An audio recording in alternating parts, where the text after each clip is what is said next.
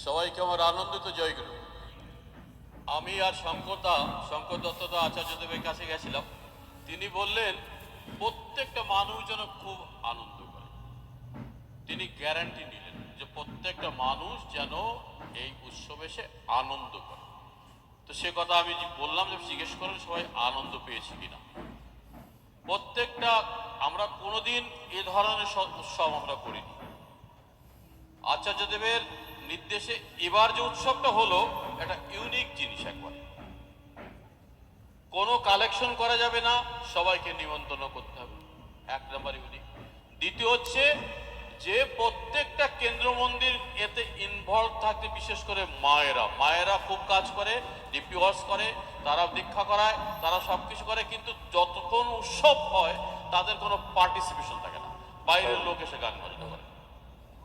তিনি স্পষ্টভাবে মায়েরা গান, প্রত্যেকটা সেন্টার থেকে মায়েরা গ্রুপ করে গান করবে।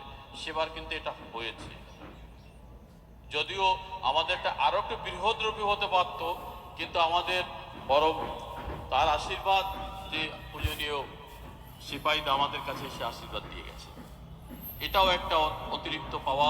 আমার মনে হয় এবার উৎসবে একটা অদ্ভুত ভালো লাগা লেগেছে সবার। আর আপনাদের কাছেও আমি সেই কথা জিজ্ঞেস করি, সবার ভালো লেগেছে তো? জয়গুরু। এবার প্রার্থনার টাইম।